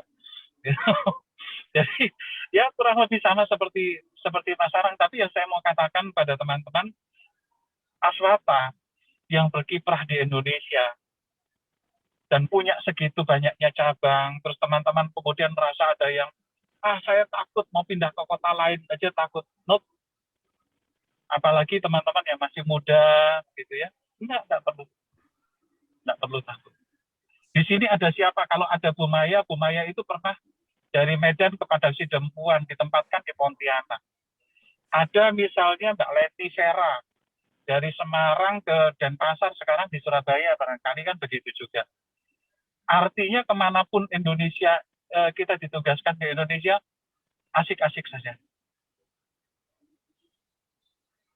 Di mana langit dijujuk, di situ bumi dipijak, itu kan peribahasanya, ya kita menyatu dengan budaya sekitar. Saya kira 16 tahun Mas Anang di Padang bukan 16 tahun yang sia-sia, tapi 16 tahun yang memberikan banyak pengalaman dari seorang Mas Anang yang besar dalam lingkungan Blitar. Saya kan orang Jawa Timur juga sama seperti Mas Anang. Besar di Blitar, kuliah di Jember, kemudian merantau di Padang. Apakah 16 tahun itu 16 tahun yang sia-sia? Saya yakin tidak. Kalau beliau bisa menggali banyak pengalaman dari bersepedanya saja, maka beliau pasti punya banyak pengalaman yang bisa digali dari 16 tahun di Padang itu. So, kenapa harus takut kalau kita ditugaskan kemana begitu? Tidak, ambil saja. Tidak perlu takut. Menurut saya, kapan lagi kita bertugas dibiayai kantor? Wow. Ya kan? Ini bagian dari setting mindset ya Pak Endro ya, gitu. Sehingga kita menerima tugas sewaktu-waktu itu malah lebih senang karena disitulah kita belajar, kemudian kita juga bisa mempelajari culture yang lain dan sebagainya, situasi yang baru. Itulah berbagi energi positif itu. Datang ke suatu tempat, kalau kita membawa energi positif akan bermanfaat bagi teman-teman semua yang kita temui. Tapi begitu juga kita datang di tempat itu, kita juga menyerap energi yang positif dari kawan-kawan yang ada di cabang tersebut. Ya. Wow. Saya kira ini filosofinya orang bersepeda sebetulnya Bu Dewi. Ya. Kan sepeda itu kan nggak cuma kakinya medal ya, tapi gerakan kakinya kalau dilihat dari belakang itu kan ada turun, ada naik. Betul. Ya kan? Ada turun, ada naik, ada turun, naik. Nah, ketika ini dilakukan semuanya balance, sepedanya jalannya enak. Coba semuanya rame-rame turun. Atau semua rame-rame pengen naik kakinya gitu. Nggak akan bisa genjotnya gitu. Saya kira begitu. Iya. Jadi, ya ada banyak hal yang kalau kita lihat itu sebagai satu hal yang positif, ya jadinya positif. Ya. Wow. Ya, aku sampai terpesona Pak Endro. Teman-teman Bapak Ibu, kita melihat pesannya Pak Endro ini dalam banget gitu ya, dalam banget. Jadi kita melihat bahwa memang sekilas saja Pak Endro sudah kenal betul sama Pak Anang, sehingga benar kata Pak Anang bahwa relationship-nya itu perasaannya udah kayak kakak adik gitu, dan itu sudah membuat Pak Endro terharu. Dan juga ada pesan-pesan yang lebih dalam lagi dari ceritanya Pak Anang ini. Pak Endro, terima kasih banyak sudah mengganggu perjalanan, tetapi pesannya untuk berbagi energi positif memang ini luar biasa buat teman-teman semua, khususnya yang baru hari ini dengar gitu ya, dan mudah-mudahan membawa energi positif juga pada kesempatan yang baik ini gitu. Terima kasih Pak Endro. Terima kasih. Iya. Terima kasih. Salam sukses dan salam sehat untuk kita semua. Wow. Nggak heran ini menjadi idolanya Pak Anang ya. Kayak aku sampai terpesona gitu loh Pak Anang. Nah, Pak Anang kalau tadi Pak Endro sudah cerita sampai segitu dalam membuka kayak perasaan dan hati kita gitu ya. Tetapi kita melihat bahwa Pak Anang memang bertekad, orangnya gigih, orangnya berbeda dengan yang lain gitu. Ini dalam berkarir sampai seperti ini, kira-kira Pak Anang itu siapa sih yang memacu gitu? Apa? Maksudnya behind the scene-nya gitu. Untuk Pak Anang itu punya tekad yang segini baja, bersungguh-sungguh dalam bekerja, nggak cuma bekerja hobi pun bersungguh-sungguh gitu ya. Sampai kita melihat kayak situasi yang orang lain aja kayak kurang bisa terima gitu loh. Sampai Pak Chandra cari alasan gitu kalau segitu jauh jaraknya dan sebagainya. Kira-kira siapa sih yang memacu Bapak untuk seperti ini, bersungguh-sungguh seperti ini? Silakan Pak. Ya, kalau yang memacu tentunya diri sendiri ya Bu Dewi ya. Tapi itu oleh suatu ini juga peristiwa juga. Artinya kayak bapak saya, almarhum bapak saya yang sangat merubah pola saya ya. Ini di foto nggak ada. Oh enggak, ini bukan ayah. Oke. Jadi ya, pada suatu saat bapak itu pas saya pulang kampung itu nyuruh saya untuk tinggal di kampung. Sudah. Di Blitar. Ya di Blitar. Bapak ini kondisinya sudah sakit, sudah tua, sudah sakit. Waktu itu sakitnya jantung koroner ya. Dan itu posisi di Padang pada waktu itu. Saya posisi di Padang. Ya saya waktu itu beralasan saya ada tanggung jawab sudah rumah tangga, ada tanggung jawab di pekerjaan. Dan sampai akhirnya beliau meninggal di tahun 2009 ya, 1 Mei 2009 akhirnya beliau meninggal. Dan itu suatu hal yang benar-benar saya ngerasa aduh saya sebagai anak yang terakhir tapi nggak bisa memenuhi keinginan bapak ya. Untuk ditungguin ya. Untuk ditungguin ya. Kan artinya itu kayak permintaannya juga nggak pasti saya bisa laksanakan. Saya lakukan sebenarnya permintaan itu kan. Iya. Tapi ternyata saya lebih memilih untuk pekerjaan dan keluarga saya. Dan pada waktu di Padang itu pekerjaan sebenarnya belum settle amat karena belum kepala cabang ya gitu ya. Belum. Wow. Ya dari situ ya artinya saya nggak mau apa istilahnya satu nggak dapat satu lagi nggak dapat gitu ya. Satu sisi mesti bisa saya lebih baik di satu sisi gitu. Oke, jadi berangkat dari sebenarnya ada sedikit rasa penyesalan ya Pak Anang ya, gitu karena tidak bisa memenuhi panggilan pulang sehingga apa yang menjadi pilihan Bapak sekarang harus dilakukan dengan sungguh-sungguh gitu. Wow.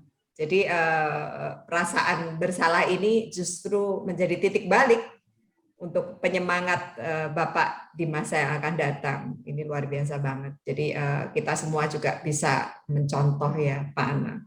Nah, kalau kondisinya sekarang Pak Anang, kita ini kan lagi mengalami pembatasan mobilitas ya gitu ya. PPKM darurat Jawa Bali dimulai hari ini gitu pemberlakuan pembatasan kegiatan masyarakat.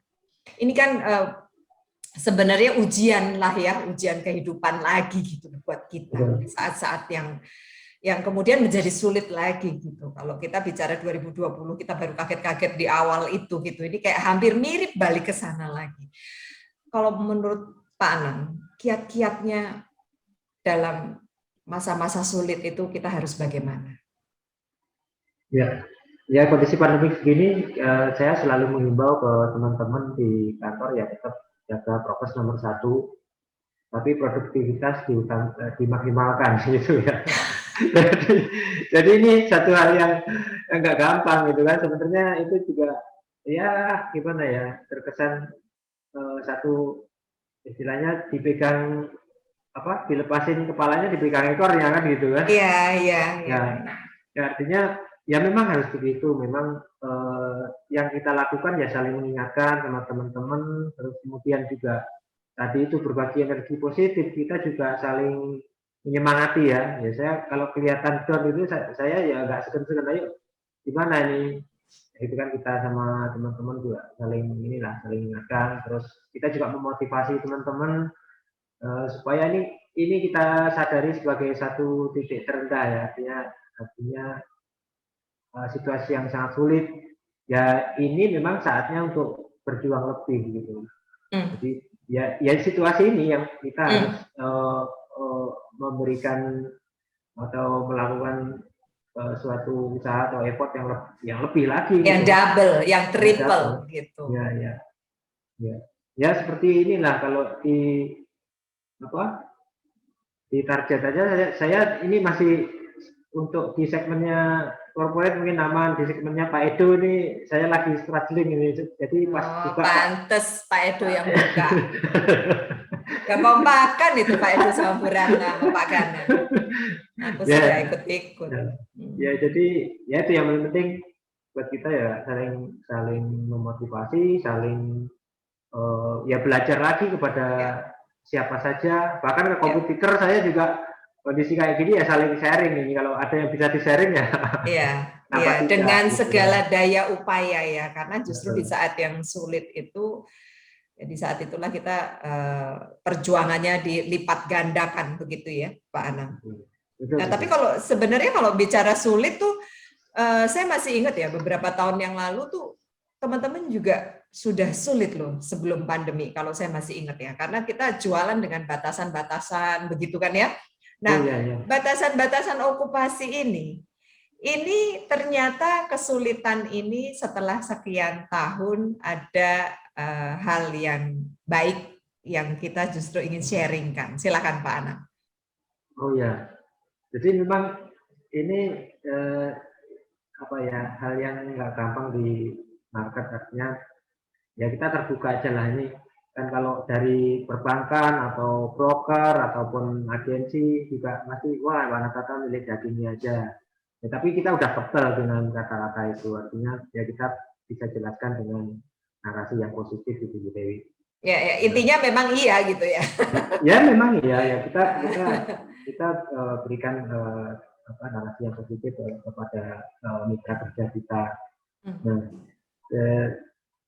satu hal lagi yang harus kita syukuri, artinya dengan melakukan seleksi yang sedemikian ketat kan, artinya kita juga terbukti bisa melampaui profitnya lebih baik. Yes. Jadi, sebenarnya bukan itu aja, Bu Dewi, dari segi biaya kita juga begitu, lebih baik lagi, lebih efisien, lebih efektif gitu ya. Ini buat kami sebenarnya di SO juga satu hal yang menantang gitu ya. Artinya targetnya naik, biayanya turun kan gitu kan ya. Ini ya satu kesulitan tersendiri, tapi ya itu tadi ya, kita maunya perusahaan juga membukukan profit yang lebih baik lagi ya. Betul, dan tentu saja hasil underwriting-nya juga baik. Iya, gitu. Ya, artinya begitu hasil underwriting-nya bagus, hasil labanya juga bagus ya, kita happy juga. Ya, artinya di balik kesulitan teman-teman gitu, sekarang sudah terbiasa kita menyaring yang baik gitu ya Pak Anang ya. Beberapa tahun yang lalu itu kan masih rusuh gitu, kita belum terbiasa gitu ya. Artinya sekarang mungkin kita jadi lebih semangat gitu, karena kita sudah tahu yang mana yang seharusnya kita lakukan, kurang lebih gitu ya. Ya kalau dapat prospek yang begitu ya kita nggak usah buang energi deh gitu. Ya, jadi udah di level pemahaman lah ya Pak Anang ya gitu. Jadi Aswata mungkin sudah mengerti seharusnya kudu gimana, kalau kita nggak boleh sebut merek ya. Tetapi artinya kesulitan teman-teman itu pun berbayar ya gitu ya Pak Anang ya. Oke, masih banyak di antara kita yang komplain dengan keadaan gitu. Nah, mungkin Pak Anang ada pesan-pesan untuk teman-teman agar bagaimana kita tetap bersyukur di masa pandemi. Iya, ya artinya ini ya, kita ini termasuk yang beruntung ya, bersyukur memang dalam kondisi seperti ini ya. Tetangga-tetangga kita udah banyak yang apa ya, ada pengurangan, ada penyesuaian gaji, terus ada yang tutup bahkan ya, ada menutup cabangnya. Nah, sementara Wanatata tetap mempertahankan jumlah karyawan, artinya dengan strategi zero growth ataupun tidak menambah ya, tapi kita tidak mengurangi, artinya tidak ada yang istilahnya PHK gitu. Itu satu hal yang menurut saya juga positif ya. Kita memang benar, kita juga masih terima bonus, terima kenaikan gaji, yaitu sesuatu yang sangat-sangat harus kita syukuri. Yes, terus dengan pembatasan pun juga karena kita masih di sektor finansial, jadi sehingga kita juga masih bisa beroperasi gitu ya Pak Anang, sehingga mungkin patut disyukuri begitu. Nah, kalau bicara krisis, mungkin tadi Pak Anang bilang masuk tahun 97, artinya Pak Anang ada di zaman 98 ya pada waktu krisis terjadi. Jadi ini kalau kita bicara pandemik udah mau mirip-mirip lah begitu ya. Pada waktu itu bagaimana keadaannya? Bagaimana Aswata memperlakukan krisis ini? Ini saya ingat ya Bu Dewi ya. Jadi waktu itu Pak Irawan kayaknya pernah menyampaikan ke kita karyawan bahwasanya dalam kondisi krisis itu kebijakan perusahaan satu yaitu zero growth gitu ya, pasti, terus training ditiadakan dulu gitu kan. Terus kemudian yang menurut saya ini epic juga ya, itu manajer ke atas ini nggak naik gaji ini, ini untuk yang di level staff bisa ada kenaikan gaji. Nah ini perlu diklarifikasi Dewi, saya ingetan saya masih bener apa enggak. Mudah-mudahan benar ya, artinya kalau benar Aswata ini memperhatikan betul kita punya tim ya sampai ke yang bawah-bawah, karena itu kalau memang kondisinya seperti itu mungkin ya kita juga percaya bahwa perusahaan kita adalah perusahaan yang memang benar kekeluargaan lah ya, saling ada pengorbanan di sana gitu ya. Betul sekali. Jadi di sini kita saya pribadi juga memaknai apa yang dilakukan ini, waktu ini perusahaan berarti care dan benar gitu. Jadi saya nggak ragu juga untuk menyelam lebih dalam di asuransi Aswata. Menetapkan langkah kita di Aswata tercinta. Oke. So, Pak Anang tadi diceritakan Pak Anang menggunakan hobi untuk merebut hati masyarakat melalui komunitas, segala macam kisah-kisah yang tadi belum sempat diceritain. Mungkin ada yang tadi di Palembang, kemudian mungkin ada lagi di Padang, Lampung, dan Semarang gitu. Nah, kita kepengen tahu, seperti apa sih Pak Anang ini masuk komunitas sepeda ketika pertama kali masuk ke kota yang baru? Apakah ujuk-ujuk, unyu-unyu, permisi, halo, saya mau join gitu atau gimana ya? Apakah mungkin justru gimana kalau kotanya nggak ada komunitasnya? Ya macam-macam sih Bu Dewi. Kalau di Padang itu waktu itu memang belum musim sepedanya belum terlalu itu ya. Jadi saya ngajak teman-teman kantor aja. Saya masih punya utang sama teman-teman di Padang untuk pergi ke Alang Panjang itu, ke danau. Oke, teman-teman di Padang, mana suaranya? Silahkan di chat. Masih punya utang. Terus kemudian kalau di Lampung itu ya saya main sepeda sendirian, terus akhirnya ada tetangga yang main juga, ada kenalan beberapa, dan akhirnya membuat komunitas Dewi di sana, membuat komunitas. Waktu itu kita pakai MTB ya, yang ya main-main lumpur gitulah. Ya, akhirnya bisa sampai 20-25 orang, lumayan lah ya. Wow. Katanya seperti itu.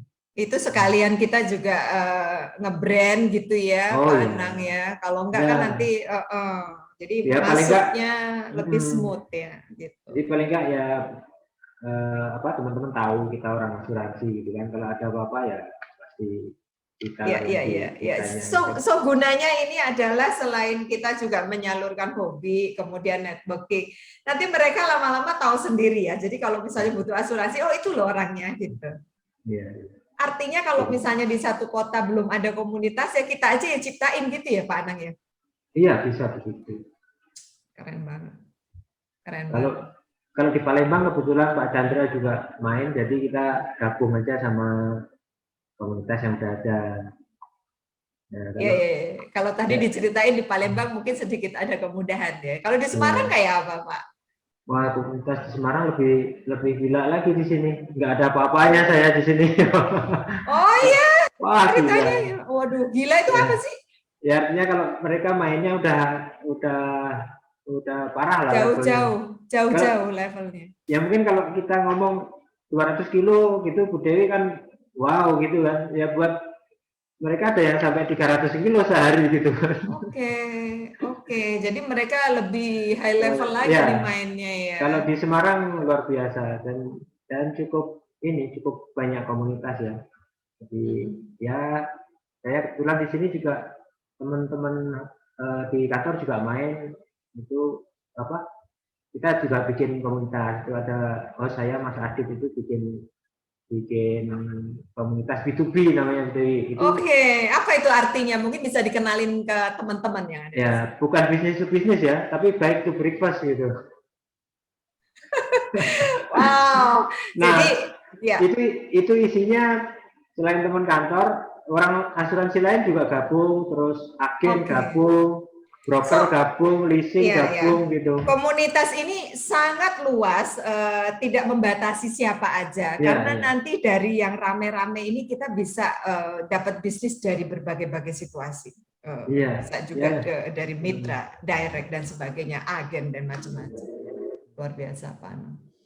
Ada yang ngechat Bu Ai bilang waktu itu pernah bersepeda. Oh iya. Ke Pangandaran. Waktu itu saya dinas di Tasik. Dari mana itu ya? Iya. Bikin geleng-geleng kepala. Iya. Terus Panang sepedaan sejauh itu. Iya. Ini kan kalau beda dengan kita jalan-jalan naik mobil yang rame-rame kita ngobrol-ngobrol. Kalau sepedaan itu kan sendirian ya. Iya. Satu titik kita pasti kalau kita nggak duluan ya ditinggal teman kan itu ya. Iya. Ada satu titik kita sendirian gitu. Satu situasi kita di sendirian. Nah, kata Pak Fajar pernah Bogor Bandung juga kalau nggak salah via Puncak. Nah itu kalau lagi nggoes jauh itu, apa yang dilakukan Pak Anang di dalam pikiran? Ya ini kadang kita kalau seringnya kalau saya kayak ngobrol sama diri sendiri ya, orang Jawa bilang mungkin mudoroso gitu ya. Mudoroso artinya meditasi itu ya, meditasi ya, mudoroso itu ya. Iya, introspeksi ya. Introspeksi, evaluasi. Evaluasi. Ya. Yang dipikirin apa? Ya macam-macam di situ ya, artinya ya biasanya refleksi kehidupan ya, artinya kita pada saat capek itu kan kita bisa analogikan juga, wah kita kondisi lagi usaha ini. Jadi misalkan saya kalau bersepeda dari Semarang ke Jogja gitu misalkan, pasti ada satu titik yang kita capai, ini mau nyerah aja, mau naik angkot aja, atau gimana gitu kan. Iya. Nah, tapi di situ kita menyadari ya, ini kita harus tetap bergerak, harus nyampe juga gitu kan. Jadi ya kita tetap bergerak, kalau capek ya istirahat, ya bergerak lagi, terus gitu sampai finish gitu.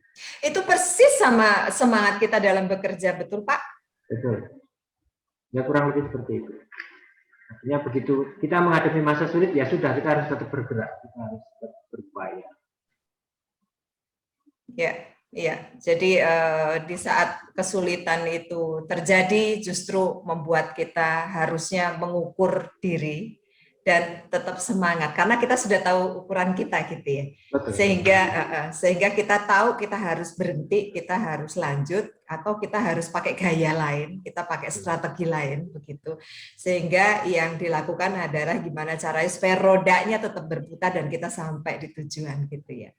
Ini dalam banget loh nih Pak Anang. Pak Anang tidak terasa sudah 16.46. Pernah goes ke Singapura berdua meskipun bermodalkan GPS katanya. Tuh. Parah ini benar-benar kelas ya udah. Nggak berasa kita sudah sampai di ujung acara kita Pak Anang. Mungkin boleh disampaikan sedikit closing statement dari pembicaraan kita hari ini. Yang ini beda banget sama yang dua kemarin. Silakan kasih kami semangat terutama untuk kaum muda penerus Aswata ke depan gitu ya. Silakan Pak Anang. Oke, terima kasih. Yang mungkin untuk kaum muda nih ya, yang penerus-penerus Aswata ke depan. Ya, pesan bahwasanya kita untuk Wanatata ini perusahaan yang sudah teruji ya, artinya nggak usah khawatir. Kita sudah berkali-kali melampaui badai dan gelombang gitu ya. Ya, survive, artinya kita yakin bahwasanya Wanatata tetap eksis. Yang paling penting dalam pekerjaan nomor satu itu integritas. Artinya, ya ini kan nilai dasar kita ya, tidak usah kita jelasin lah integritas apa. Kemudian komitmen, kita juga komit terhadap apa yang kita sampaikan atau yang kita janjikan ke nasabah atau ke siapa saja. Namanya bisnis harus komitmen juga seperti pegang. Terus kemudian untuk perbaikan itu atau perubahan, yaitu yang paling kuat itu ya dari diri sendiri. Terus kemudian untuk yang ini ya, yang pengen berkarir di Wanatata, ini sebenarnya perusahaan kita tuh sangat memperhatikan ini ya, kompetensi. Yang mungkin ke depan juga ini penting sekali. Ya saya pesan aja teman-teman untuk ikut ujian sertifikasi itu sangat penting. Dan selain itu kita juga dapat bonus kok di situ kan, artinya kalau kita lulus A3IK dapat berapa? 15 juta plus tunjangan 500.000. Wah, itu kan tidak usah naik gaji lah gitu kan. Iya. Ini adalah ujian yang sama seperti Bu Ai kemarin. Iya. Tapi Bu Ai udah banter duluan, saya ketinggalan. Saya lulus A3IK itu bareng Pak Rafael, bareng Bu Ai, bareng Bu Vera, Pak Budisin juga tidak salah, sama Pak Adik Tangerang ya mungkin ya. Itu wisudanya sama A3-nya, tapi A2-nya saya ditinggalin.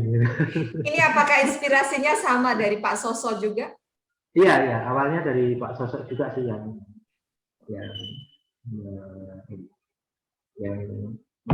jalan kita untuk lulus A3 untuk ramai. Oke, so teman-teman kalau mau naik gaji 2 kali, Pak Anang pesan untuk kita rajin ujian. Mungkin itu ya, kalau itu semua dilakukan, ya mungkin pasti manajemen akan melihat lah, pasti akan melihat dan tinggal akan datang itu waktunya untuk bersinar gitu kan. Oke, thank you Pak Anang. Terima kasih atas waktu yang sangat berharga dan inspirasi yang begitu panjang pada sore hari ini. Rasanya tidak hanya meditasi di atas sepeda, tetapi dalamnya kisah-kisah yang disampaikan pada siang hari ini sampai sore hari ini sudah membuka banyak hati kita yang ada di sini untuk bertekad sama gedenya dengan Pak Anang, berusaha lebih keras lagi, begitu ya. Terima kasih Pak Anang. Oke, Bapak Ibu teman-teman yang saya hormati, seluruh peserta webinar pada kesempatan sore hari ini. Hidup bukanlah perlombaan, tetapi sebuah perjalanan yang harus dirasakan. Sebuah perjalanan yang perlu dinikmati setiap jam, setiap menit, setiap detik. Mari kita berpegang pada kecepatan garis waktu, karena waktu satu orang berbeda dengan yang lainnya. Bahwa kita memiliki jadwal kita sendiri, bahwa hidup kita memiliki kecepatannya sendiri. Yang harus kita lakukan adalah terus percaya untuk menjadi yang terbaik yang kita bisa di saat kita berada dalam ruang dan waktu yang sudah didedikasikan untuk kita. Saya Dewi Setiawati, terima kasih. Saya kembalikan ke Daniel.